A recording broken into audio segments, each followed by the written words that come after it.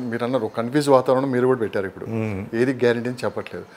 కానీ గ్రౌండ్ లెవెల్లో అంటే కింది స్థాయి ఉంటారు చూడండి, గ్రామీణ ప్రాంతాల్లో మీరన్నట్టు ఈ పోలవరం కావచ్చు, రాజధాని కావచ్చు, రోడ్ల అభివృద్ధి కావచ్చు, కంపెనీస్ రావడం కావచ్చు, ఎంప్లాయ్మెంట్ కావచ్చు, ఇవన్నీ వాళ్ళు ఆలోచిస్తారా? బెనిఫిషియస్ బేసిక్గా అదే నేను అన్నా. అసలు అంత ఆలోచన వాళ్ళకి వీటి గురించి చదువుకున్న వాళ్ళు, మేధావులైనటువంటి వాళ్ళు, జర్నలిస్టులు, కవులు, కళాకారులు, రచయితలు వీళ్ళు ఆలోచిస్తారు. కానీ ఈ ఆలోచించేటటువంటి వాళ్ళు చేసే ప్రచారం ఉందే, ఆ ప్రచారం ప్రభావం వాళ్ళ మీద పడవచ్చు. వాళ్ళు స్వతహాగా ఆలోచించలేకపోవచ్చు. కానీ వీళ్ళు చేసేటటువంటి ప్రచారం విపరీతంగా ఉంటుంది. ఛానల్స్ ద్వారా కానీ, యూట్యూబుల్లో ద్వారా కానీ, పత్రికల ద్వారా కానీ, ప్రచారాల ద్వారా కానీ, రకరకాల రూపాల్లో వీళ్ళు చేస్తున్నటువంటి ప్రచారం ప్రభావం వాళ్ళ మీద ఏ మేరకు పడింది అనేదే మనం తెలుసుకోవాల్సినటువంటి విషయం. యాక్చువల్గా గ్రౌండ్ లెవెల్లోకి వెళితే మనకు అర్థమవుతుంది.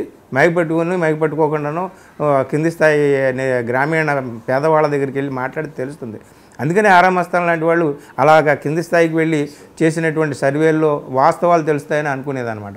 ఆ ప్రభావం పడితే చెప్తాం. మనకు అభివృద్ధి గురించి వాళ్ళు కూడా ఆలోచించి, మాకెందుకయ్యా ఈ రోడ్లు, మాకెందుకు పోలవరం, మాకెందుకు ఈ గొడవ, మాకు పొలాలు ఉన్నాయా పోలవరం గురించి ఆలోచించడానికి, మాకేమైనా కార్లు ఉన్నాయా రోడ్ల గురించి ఆలోచించడానికి, మాకేమైనా కంపెనీలు ఉన్నాయా రాజధాని గురించి ఆలోచించడానికి, మాకెందుకని వాడి ఇంత నాకు డబ్బులు వస్తే చాలని వాళ్ళు అనుకుంటే మనం ఏం చేస్తాం? అక్కడికే ఒకే ఒక పాయింట్లో తేల్చేయండి మీరు. సంపన్న వర్గాలు ఎంత పర్సంటేజ్ ఆఫ్ ఆంధ్రప్రదేశ్లో ఉన్నారు, పేదలు ఎంత పర్సంటేజ్ ఆఫ్ ఆంధ్రప్రదేశ్లో ఉన్నారు? ఈ 2% మన లెక్క వచ్చేస్తుంది. మోర్ దాన్ 60% ఉంటారండి పేదవాళ్ళు. ఎప్పుడైనా ఎక్కడైనా 60%. సంపన్న వర్గాలు చాలా తక్కువ. వాళ్ళు బాగా అదే రిచ్ పీపుల్ ఒక 20% ఉంటారేమో. Above middle class people, rich people వీళ్ళందరినీ కలుపుకుంటే ఒక 30-40% ఉంటారు. మిగిలిన వాళ్ళందరూ కూడా లోవర్ మిడిల్ క్లాసు, అలాగే పూర్, బిలో పవర్టీ లైన్ అనేటటువంటిది ఏదైతే ఉందో వాళ్ళు ఎక్కువ మంది ఉంటారు. అందుకనే కదండి ఈ రోజుని ఇన్ని కోట్ల మంది మేము ప్రధానమంత్రి అన్న యోజన అని చెప్పి అంటాడు. ఇంకా వీళ్ళు ఎవరో భిక్షగా పడేస్తే 4 అన్నం మెతుకులను తినేటటువంటి వాళ్ళు కోట్ల మంది ఈ దేశంలో ఉన్నారని చెప్పడమే కదా ఇంతమందికి నేను ఉచితంగా బియ్యాన్ని పంచుతున్నానండి. ఇన్ని కోట్ల మంది ఉన్నారు. ఇన్ని కోట్ల మందికి పంచామని వాళ్ళు గర్వంగా చెప్పుకుంటున్నారు. కానీ నేనేమంటానంటే ఇన్ని కోట్ల మంది ఇంకా దరిద్రంలో పెట్టావు. 10 సంవత్సరాలు నువ్వు ఉంచి ఆర్థికంగా ఎదగాలి కదా వాళ్ళు బియ్యం పంచుతావా, పప్పులు పంచుతావా, ఉప్పులు పంచుతావా అని ఎదురు చూస్తున్నారంటే అంత దరిద్రంలో వాళ్ళని ఉంచి ఏమిటి నువ్వు సాధించింది ప్రగతి? అలాగే ఈ పథకాలు కూడా ఏమంత గొప్ప విషయం ఏం కాదు. డైరెక్ట్గా బ్యాంకుల నుంచి డైరెక్ట్ బ్యాంక్ ట్రాన్స్ఫర్, డీబీటీ అని అంటున్నాడే జగన్మోహన్ రెడ్డి. ఇదేం గొప్ప విషయం ఏం కాదు. ప్రశాంత్ కిషోర్ చెప్పినట్టు ఈ మాత్రం దానికి ఎందుకు, బ్యాంకులు ఉంటే సరిపోతుంది, బ్యాంకులకు డైరెక్ట్గా డబ్బులు వేసేది సరిపోతుంది కదా. కాబట్టి బ్యాలెన్స్ చేసుకోవాలి. రేపు అధికారంలోకి ఒకవేళ వైఎస్ జగన్మోహన్ రెడ్డి వచ్చినా తప్పనిసరిగా ఈ ఇష్యూ మీద ఆయన కాన్సన్ట్రేట్ చేయాలి. కంపెనీలు రావాలి, ఉద్యోగాలు రావాలి, రాజధాని కావాలి, రోడ్లు కావాలి, అన్నీ కావాలి. టోటల్ రాష్ట్రం యొక్క అభివృద్ధిలోనే వ్యక్తుల యొక్క అభివృద్ధి ఇమిడి ఉంటుంది. దీనికి దానికి ఇంటర్లింక్ అది గమనించాలి. అది బాక్సుల్లో అట్లా ప్యాక్ అయ్యింది. సో ప్రజల అభిప్రాయం అంటే అందుట్లో ప్యాక్ చేసి పెట్టారు. ఇప్పుడు ప్రజెంట్ అయితే రేపు 4వ తేదీ అంతే బట్టి అభివృద్ధి కోరుకుంటున్నారా నిజంగానే పథకాలు కోరుకుంటున్నారా అనేది ఆ రోజు బయటకు వస్తుంది. సార్ మరో పక్క తీసుకున్నామంటే ఇక్కడ కడపలో దాదాపు షర్మిల గారు గట్టి పోటీ ఇచ్చారు. గతంలో 1 సైడ్ ఉండేది కడపలో రాజశేఖర రెడ్డి గారి ఫ్యామిలీకి. ఇద్దరు అన్నా చెల్లెల మధ్య టఫ్ ఫైట్ నడిచింది. ఈసారి మెజార్టీ తగ్గే అవకాశం ఉంది. షర్మిల గారికి గెలిచినా ఆశ్చర్యపోవాల్సిన పని లేదు. కాంగ్రెస్ని బతికిచ్చారు. మళ్ళీ రేపు ఫలితాలు తారుమారు అయితే మళ్ళీ కాంగ్రెస్ అక్కడ పుంజుకుంటుందని చెప్పి ఒక లెక్కేసి చెప్తున్నారు. అంటే సేఫ్ సైడ్గా మనకు ఇంకో పార్టీ ఉంది, ఇక్కడికైనా మనం ఫెయిల్ అయితే అక్కడ అందరూ జాయిన్ అవ్వచ్చు అని చెప్పి కూడా కొంతమంది కార్యకర్తలు కావచ్చు, నాయకులు కావచ్చు అదొక ఆలోచనలో ఉన్నారు. ఇప్పటికే సంప్రదింపులు కూడా జరుపుతున్నారని చెప్పి వినిపిస్తున్నమాట. సో ఎంతవరకు ఇది మనం పరిణామం తీసుకోవచ్చు? నాకు తెలిసి కడప సీటు కోసం షర్మిల లేదా కాంగ్రెస్ పార్టీ వీళ్ళందరూ చాలా వరకు గట్టిగానే ప్రయత్నం చేసి ఉంటారు. ఇంక అందులో అనుమానం ఏమీ లేదు.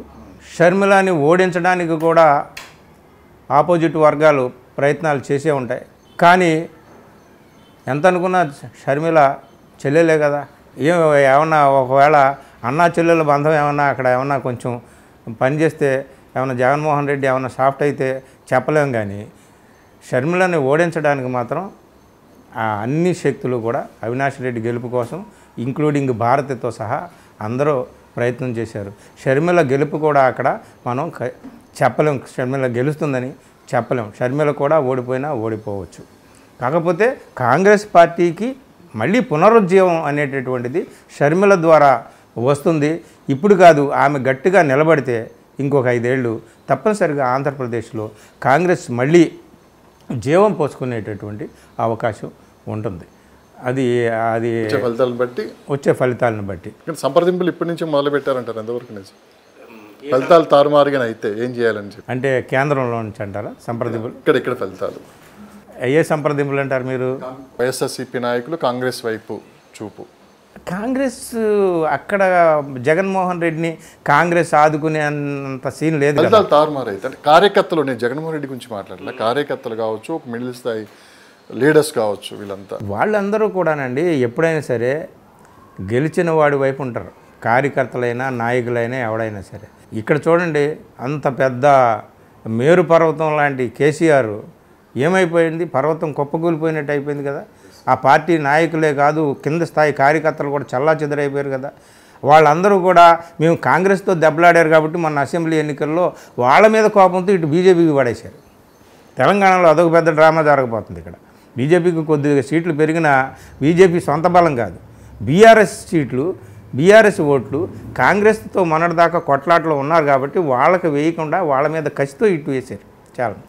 అలాగే అక్కడ మాత్రం కాంగ్రెస్ వైఎస్ఆర్సీపీ ఏమాత్రం ఓటమి పాలైతే, ఇన్ కేస్ వైఎస్ఆర్సీపీ ఓటమి పాలైంది, కూటమి ఘన విజయంతో అక్కడ అధికారంలోకి వచ్చిందనుకుందాం. అప్పుడు వైఎస్ఆర్సీపీ ఇటు కాంగ్రెస్ రెండు కూడా మెర్జ్ అయిపోయే అవకాశం ఉంది. వైఎస్ఆర్సీపీ కాంగ్రెస్లోకి వెళ్ళిపోయేటటువంటి, జగన్ కాంగ్రెస్లోకి వెళ్ళిపోయే అవకాశం ఉందని ఒక స్పెక్యులేషన్ ఉంది.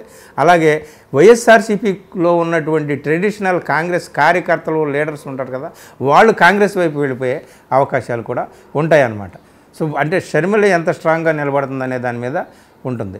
లేదు, కేంద్రంలో ఒకవేళ ఇక్కడ ఆంధ్రప్రదేశ్లో ఓటమి పాలైన కొద్దిగా కన్సిడరబుల్ సీట్లు 25లో ఒక 9దో 10దో తెచ్చుకున్నాడు అనుకోండి, ఈ 9, 10 అక్కడ కేంద్రంలో అవసరం అయ్యాయి అనుకోండి నరేంద్ర మోడీకి, అప్పుడు మళ్ళీ జగన్మోహన్ నిలదొక్కుంటాడు. కేసుల నుంచి, వాటి నుంచి, జైలు నుంచి, వాటి నుంచి తనను తాను రక్షించుకుంటాడు.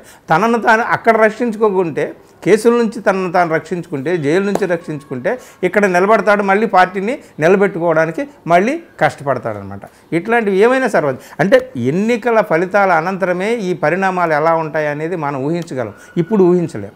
సార్, కూటమిలో ఉన్న జాతీయ పార్టీకి ఈసారి ఒక్క సీటు కూడా రాదు స్టేట్లో.